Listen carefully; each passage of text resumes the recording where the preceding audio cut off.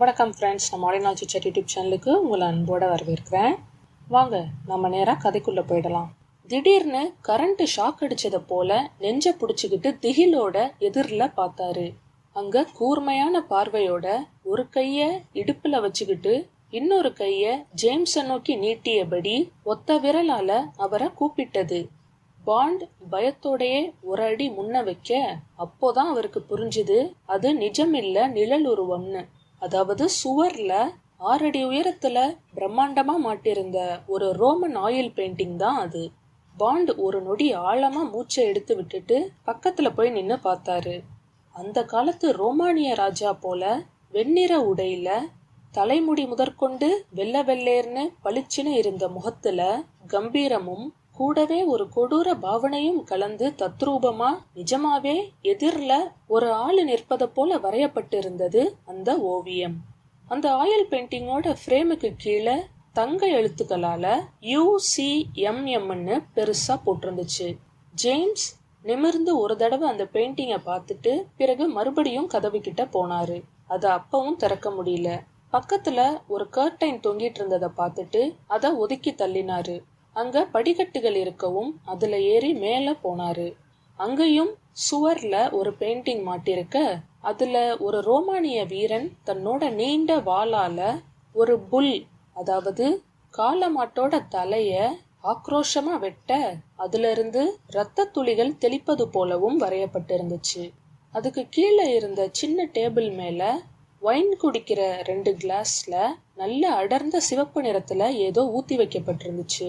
முதல்ல ஒயினா தான் இருக்கும்னு நினைச்ச ஜேம்ஸ் கிட்ட போய் டார்ச் அடிச்சு பார்க்க கிளாஸ்ல இருந்த அதன் அடர்த்தியும் வளவளப்பும் அது ரத்தத்தின் சிவப்பு நிறம்னு காட்டியது.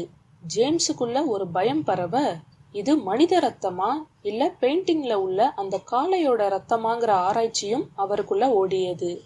ஏனோ ஒரு அமானுஷ்ய சக்தி இருக்க இடத்துல வந்து தான் மாட்டிக்கிட்டதை போல உணர்ந்த ஜேம்ஸ் வேகமா அங்க இருந்த ஒரு ஜன்னல் கிட்ட ஓடினாரு. அதோட டோர் ஷட்டர் மாதிரி இருந்துச்சு.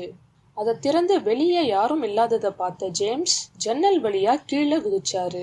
கையில இருந்த தூசை தட்டி விட்டுக்கிட்டே எந்திரிச்ச பாண்ட் அந்த இடம் அவருக்கு நல்லா பரிச்சயமா இருந்ததை பார்த்தாரு.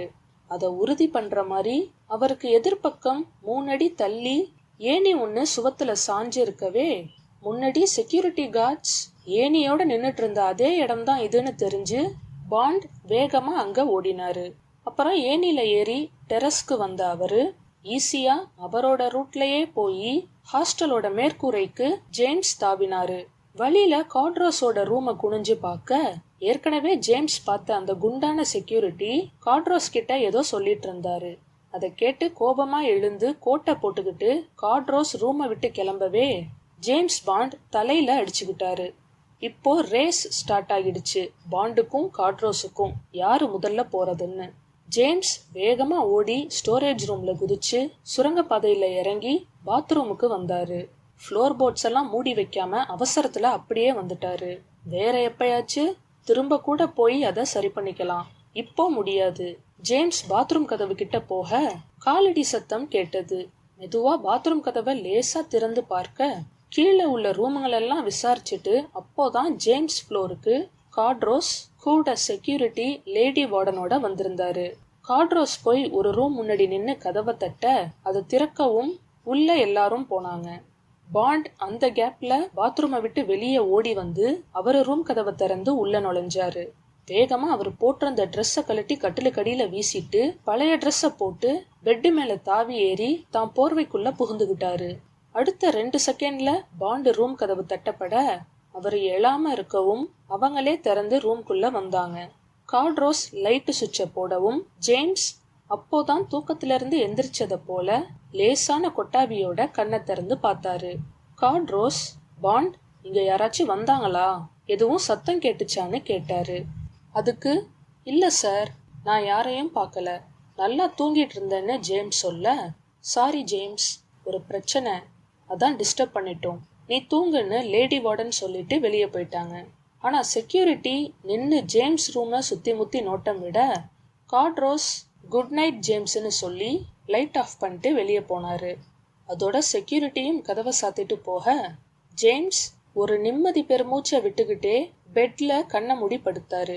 திடீர்னு நம்மள மாதிரியே எல்லாரும் தப்பிச்சிருப்பாங்களா, இல்ல யாராவது வழியில மாட்டிருப்பாங்களான்ற நினைப்பு வர பாண்டின் தூக்கம் பறந்து ஓடியது. Thank you friends.